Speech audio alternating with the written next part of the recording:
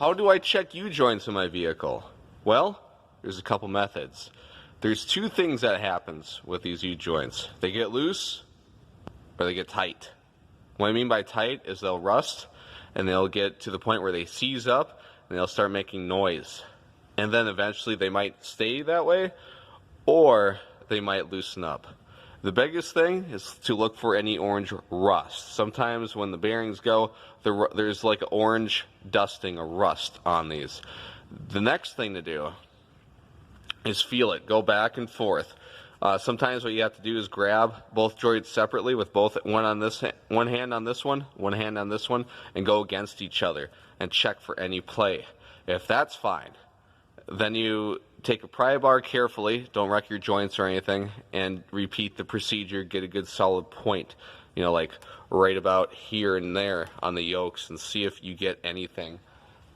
If still that doesn't happen when you're prying or going at that, and you're still having noise or you still have a winding issue, you take these two straps off of here on both sides, or if you have a Ford or a vehicle similar that, you just do the 12 or 14 millimeter 12-point heads, and you unbolt it and then you check it manually.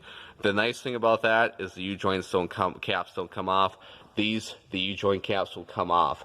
So the best thing to do when you're doing it, be vigilant and grab these caps, because they will fly off, and you'll lose. If you lose a needle bearing, you got to replace this whole joint if you can't find it and put it together correctly. Okay, but what you want to do is you want to feel for any roughness in that joint, you know, top, bottom, left to right, any type of movement. You got to feel for it, because that can cause noises and whining and a lot of just a vibration too.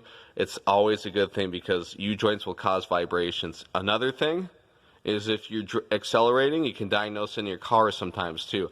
When you're driving down the road and you have your foot on the accelerator or the throttle, and you let off, and you hit the throttle again, and back and forth, and you feel a little bit of doot clunking of such, depends how bad it is, that can be a U-joint as well. So keep that in mind.